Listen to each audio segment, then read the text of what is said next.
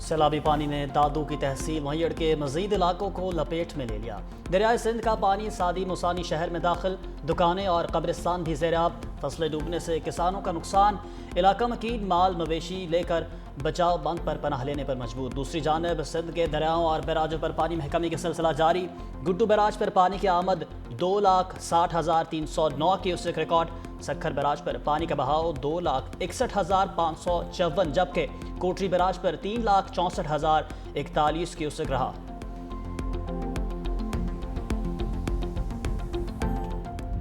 اگر پہلی metro bus بنائی تو نواز شریف نے بنائی، پہلی اورنج لائن بنائی تو نواز شریف نے بنائی، پہلی موٹر وے بنائی تو نواز شریف نے بنائی، ایٹمی دھماکے کیے تو الحمدللہ نواز شریف نے کیے، پہلی ایکسپریس وے بنی تو نواز شریف نے بنائی، گجرانوالہ میں میٹرو بس بننے جا رہی ہے تو نواز شریف بنا رہا ہے، فیصل آباد میں میٹرو بس بننے جا رہی ہے تو نواز شریف بنا رہا ہے، اور ساہیوال میں اگر گرین بس آئی ہے تو نواز شریف لے کر آیا ہے ماشاءاللہ، کہ اگر پاکستان سے نواز شریف کی خدمت نکال دو تو کھنڈرات کے علاوہ کچھ نہیں بچے گا۔ یہ ہے نواز شریف۔ اگر نواز شریف کے کام نکال دیں تو ملک میں کھنڈرات بچے گے۔ وزیر اعلیٰ پنجاب مریم نواز کا 2 ٹوک موقف، ساہیوال کے لیے الیکٹرک بس منصوبے کا افتتاح کر دیا، طلبہ، خواتین، بزرگ اور خصوصی افراد مفت سفر کریں گے۔ جلسے سے خطاب میں سیلاب متاثرین کے لیے امدادی پیکج کا اعلان۔ وزیر اعلیٰ پنجاب مریم نواز نے کہا کہ حکومت سیلاب متاثرین کی ہر ممکن مدد کرے گی، تمام نقصانات کا ازالہ کریں گے۔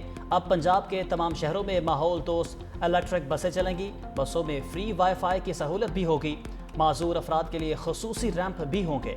وزیر اعلیٰ مریم نواز کا بہاول نگر میں فلڈ ریلیف کیمپ کا بھی دورہ، سیلاب متاثرہ خاتون کے ساتھ بیٹھ کر سلائی مشین چلائی، کیمپ میں قائم اسکول کے بچوں سے بھی ملی۔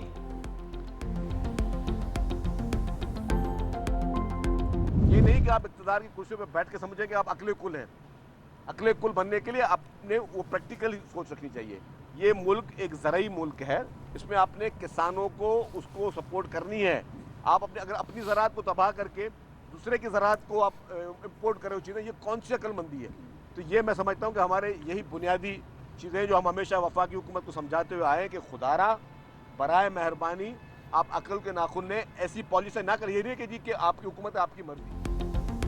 وفاقی حکومت اپنے آپ کو عقل کل نہ سمجھے، سینئر وزیر سندھ شرجیل میمن کی تنبیہ، کہا کہ پنجاب میں بروقت اقدامات کیے جاتے تو سیلاب سے نقصانات کم ہو سکتے تھے۔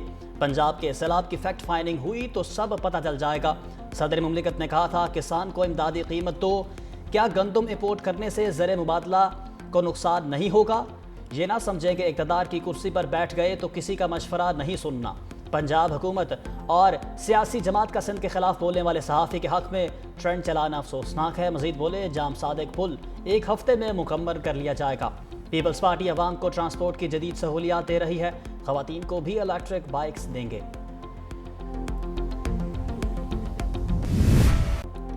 جمشید دستی قانونی شکنجے میں آ گئے، جعلی ڈگری کیس میں 7 سال قید کی سزا۔ ڈسٹرکٹ اینڈ سیشن عدالت ملتان نے مدرسہ کی جعلی سند پر الیکشن لڑنے پر فیصلہ سنایا۔ عدالت نے گواہوں اور ثبوتوں کی روشنی میں جمشید دستی کو سزا سنائی۔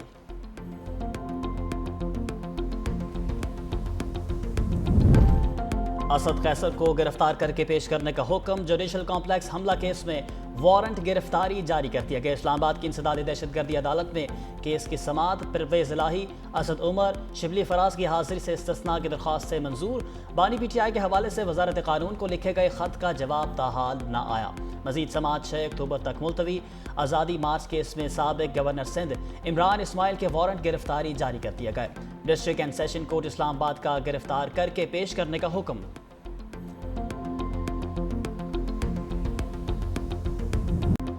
ڈالرز کا ملکی خزانے کا رخ، زر مبادلہ کے ذخائر 19 ارب 73 کروڑ ڈالر تک پہنچ گئے۔ اسٹیٹ بینک کے ذخائر بڑھ کر 14 ارب 36 کروڑ ڈالر ہو گئے۔ کمرشل بینکوں کے ذخائر 5 ارب 38 کروڑ ڈالر ریکارڈ۔ پاکستان کی ٹیکسٹائل برآمدات 3 ارب 20 کروڑ ڈالر تک پہنچ گئی۔ اسٹیٹ بینک کے مطابق ذخائر میں اضافہ پاکستان کی صلاحیت کو مزید مضبوط کرتا ہے۔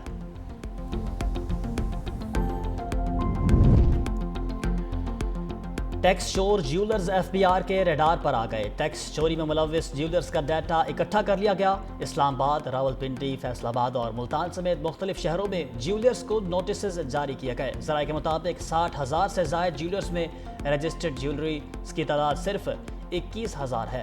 صرف 10,524 جیولرز نے ٹیکس ریٹرنز داخل کیے. ایف بی آر کا اسلام آباد میں بڑے ریئل اسٹیٹ کمپنی کے دفتر پر بھی چھاپا.